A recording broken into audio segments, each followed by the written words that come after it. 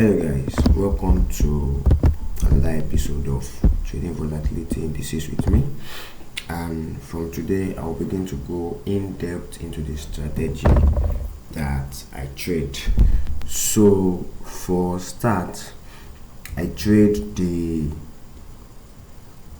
smart money concept SMC, but there are other confluences that I add to my trade that gives me the kind of results that I want. So we'll go over the basics of SMC in this video, and as time goes on, we're going to take it from there. So basically, the strategy that I trade is the smart money concept. If you check YouTube, there are a lot of videos on smart money concepts. So question you want to be asking yourself is, how do I do it the right way? Okay, how do I try to trade smart money concept in a way that will give me results? Now, bear it in mind that the volatility in this market is very fast. It's not like the currency market that is quite predictable. So yes, if you're trading SMC in the volatility indices market, your analysis might be correct, but sometimes price will not get to your zone before it flies off in your direction, and it can happen many times, as you would see through your own back testing. Sometimes it will respect your zone, so you must be able to add other confluences. You must be able to be fast, and you must be able to pay attention to your charts. Okay, so we look at what are the things I look out for. Number one is I look out for a demand or supply zone. Number two, I look out for a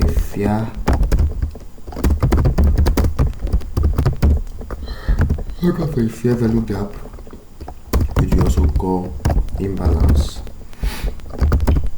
And number three, I look out for liquidity. Now, demand or supply zone, I use this for entry and exit. So if I'm taking a trade at the demand zone, I can choose to exit that trade at a particular supply zone. Okay, now a fair value gap, for confirmation entry, I use it for confirmation entries. And liquidity, spelling of liquidity here is not correct. Liquidity, I can take profit at liquidity, take profit slash confirm trades. So let's get back to our chart. Okay, if you followed my last video, I've been milking the buy on VIX 25 1x right from here. I explained to you that I couldn't get into this range, but I got in here and I took my profit at a previous high. Oh, I was trying to enter buy and sell, but it didn't go. It retraced, and when I saw this trade on Monday, that was yesterday, when I saw it break this previous high with an impulsive candle, I knew we were going to target the next high. Okay, so I was just fortunate to see this trade around here, and I entered immediately. Okay, so from here to here, it gave me $45. So I took the account of $1, $1.62 to $45. And as I took my profits, the market was quite impulsive, so it was looking like it was gonna keep going up, but I was quite tired, and at the moment I'm under the weather. I don't know if you can pick it from my voice, so I went out of that market. As you can see, it did $15 extra on the lowest lot size, but to be honest, I don't see myself entering any trade around here. What I want to see is either for price to where is this thing? I want to pick up my, there's something I want to pick here, not here. I think it should be here. Where is that?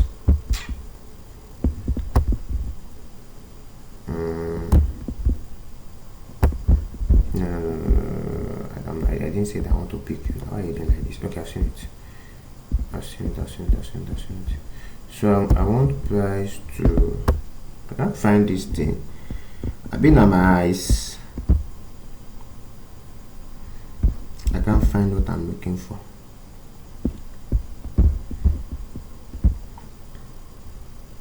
Okay, I've seen it, but I have it now. Sorry. So I want price to come here, then if it bounces off this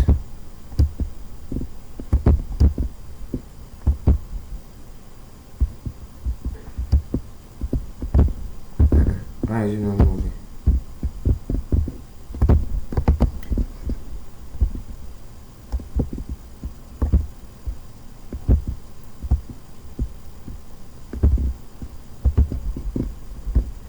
I want to see it come here, then go up from here. I'm coming. I don't know why it's not moving. I want to see it bounce up that support level and go from there. You get what I'm saying? So yes, so that's what I want to see price do at that particular point before so if price does that, if it bounces off here and I'm coming. Why is this thing like this?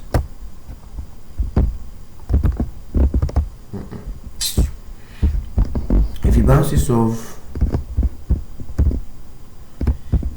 off this support level,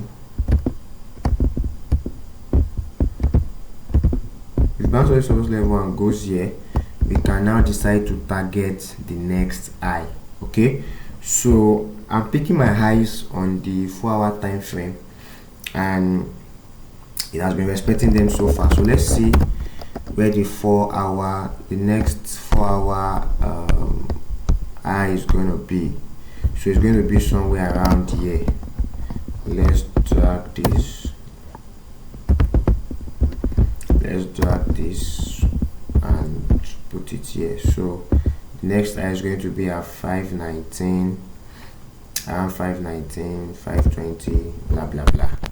So from our current entry, that can be like another $50 in profit. So that's another setup, guys, in case I drop this video before it plays out, and if I do not, you have just learned another way to do your scenario analysis. Okay, so don't block me while I'm trading. Don't block me while I'm trading. Yes, I want to be able to see my charts clearly, because I also not sleeping on the chart. Know what I'm saying? Yeah, I'm not sleeping on the charts. So that's that about that. Now okay, so one thing that I don't know why my part is not working properly. Okay guys, I discovered that is the part of the derivative trading view that has a problem. My other part here is working perfectly. Okay, so let's come back here, please. I think this is it. Yes, I want to use it. So this is my part. Yeah, so basically what I was explaining is that from where VIX 25 1S is right now, I want to see it come there is there's a level of resistance that we flew off that level. We did something like this, and I want to see it come back to this level and shoot up and shoot up and shoot. Okay, I'll stop here. I'll move it again.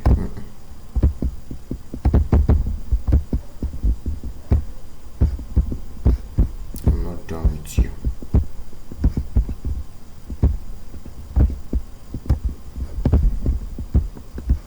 So I don't know how to use part again or what. And shoot up to the next demand.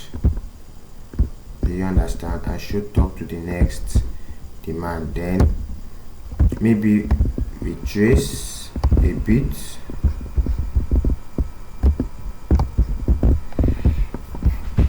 Maybe we trace a bit, come back to this eye, and I think I'm the one making mistakes with this thing. Come back to this eye and go up again, and sorry, I expect you to break this and break this, then come down again. So this is what I expect VIX 25-1S to do at the moment. I expect it to drop to this level so that it can give me a confirmation that the buy zone has been flipped. This the resistance has been flipped into a buy zone, and we can continue from there. So additionally, I said additionally, first things first, what we want to do is we want to look out for, so our entry criteria, first things first, we want to look for a demand zone or a supply zone. Okay, so let's come back here and say entry criteria.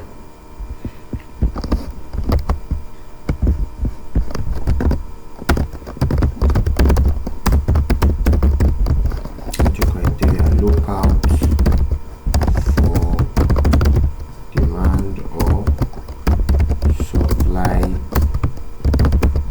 zone. Now let's come back here and see, was there a demand zone that we picked this trade from?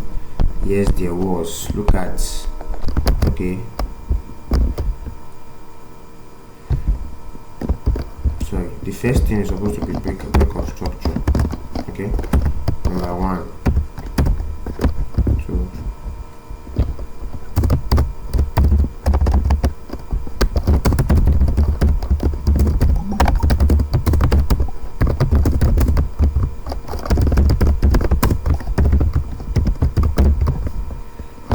look out for a break of structure. Number 2, look out for a demand zone. Number 3, enter at a fair value gap or imbalance. Number 4, exit at the next supply or demand zone. Exit at next supply or demand zone, or liquidity, or equal highs. Yeah, let's call it equal highs. So now let's look at our chart and see how that has played out. Now see that in this market, let me see. Yes, in this market, price broke out of this structure. Okay, price broke out of this structure, so we mark it as our break of structure. And if you notice that it also broke out of this structure, so if you before that happened, you can see that there is a market has been in a downtrend from here, has been in a downtrend. But when this continuous break of structure begin to happen, it means the market it has gone through what we call a change of character. Okay, a change of character or a shift in market structure. change of character, CHOCH, or MSS, market structure shift. Now, when market structure shifted and it has broken the trend to the upside, we want to be looking for buys. Okay, we want to be looking for buys. Now, see all of this place, all of this choppy area on the market is called liquidity. We don't want to take trades in this place. It's called liquidity, and you can see that the liquidity did that until it got to an high on the 4-hour time frame, which I marked with this, which I annotated with this line. Let's go to the 4-hour time frame so that we can see that high. This particular, so you can see that there's a cluster of stops here. I think there's something else I need to bring into this chart.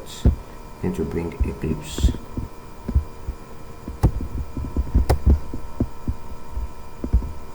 I need to bring my Eclipse.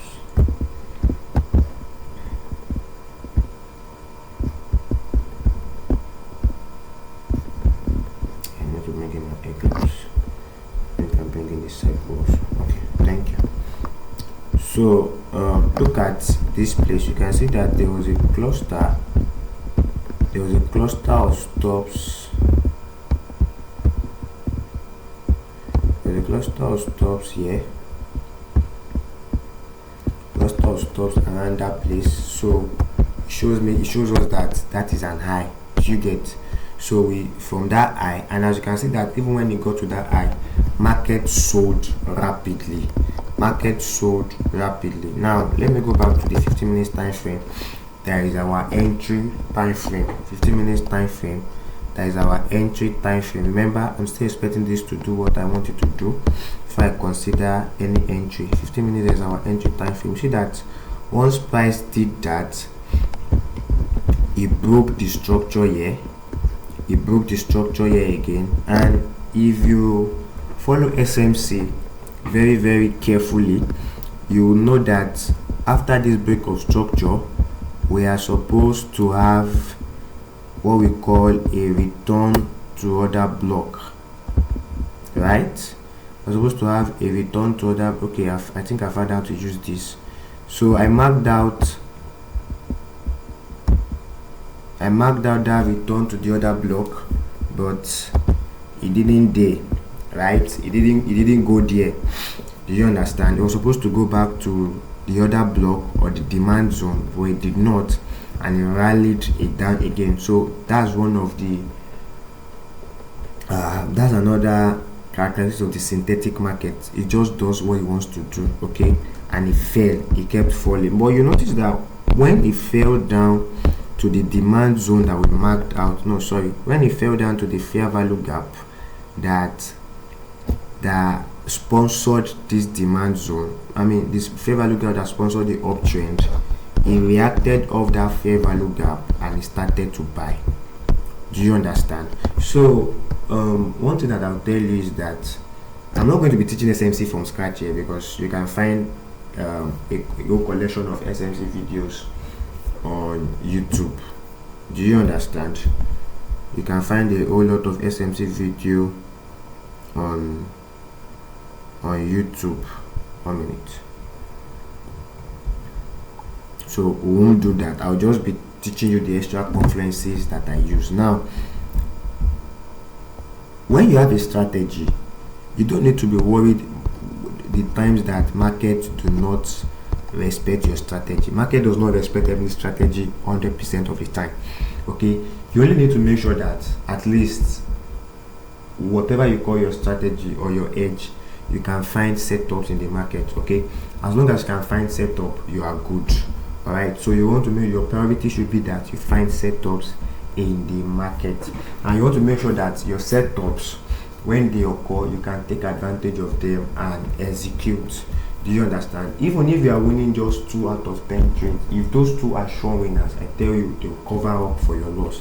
So once you have a strategy, what you need to do is you need to backtest, and when you are done with backtesting, when you've backtested for a good number of times, you just need to sit down and wait for the market to respect your strategy. If it doesn't respect your strategy, you do not need to enter any trades. Okay, so it started here. It started as a retracement of this sell, came here, but the retracement here was too much. If you look at these candlesticks, they weren't giving what they were supposed to give. Okay, so it fell, and as you can see here, it broke structure, but it came back to our demand zone. And when it came back to our demand zone, this was our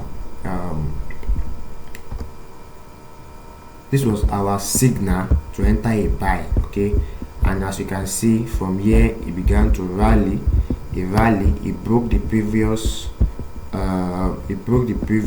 supply zone around here. It broke that previous supply zone, then it rallied back to the high on the 4-hour time frame.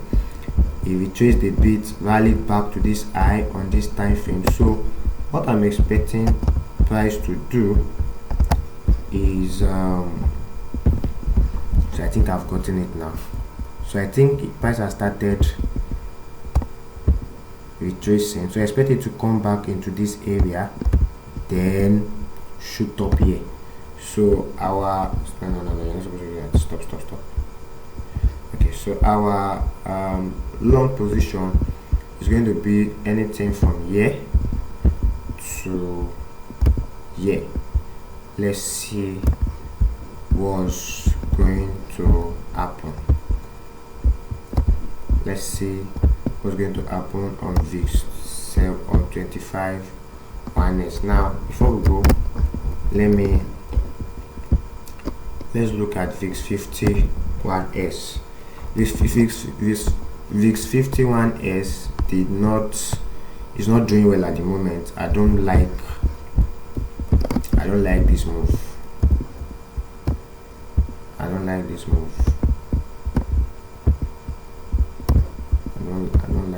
at all. This is a very bad retracement that is not given for me, and I don't know where he wants to get to. Maybe here, but since it's a retracement move, I'm still very optimistic about my buys. I'm very optimistic about my buy. All of this is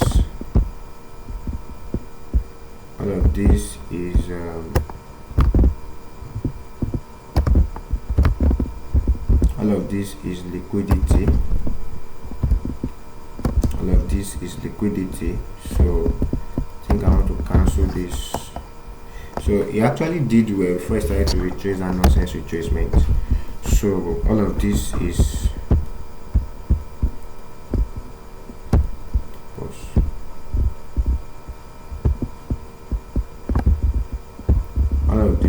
still liquidity. Yes, all of this is still liquidity. So this is the demand zone that sponsored this move. I've highlighted the demand zone here. So once price come here, I can expect to take an entry here. Let's say I can expect to take an entry here.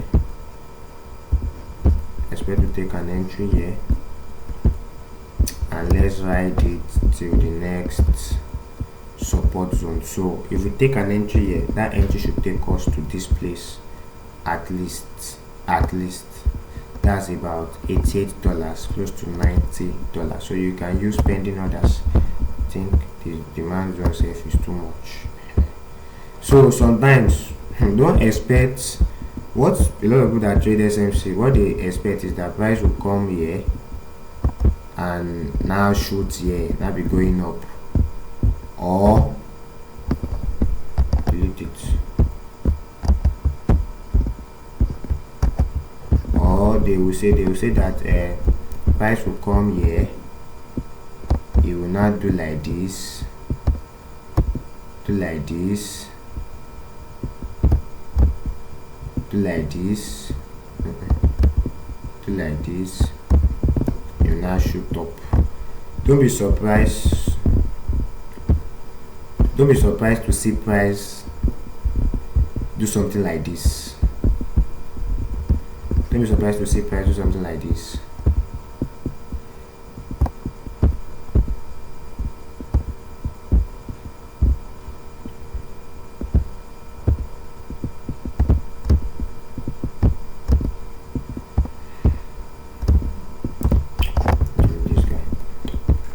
be surprised to see price do something like this, almost touch here and rally.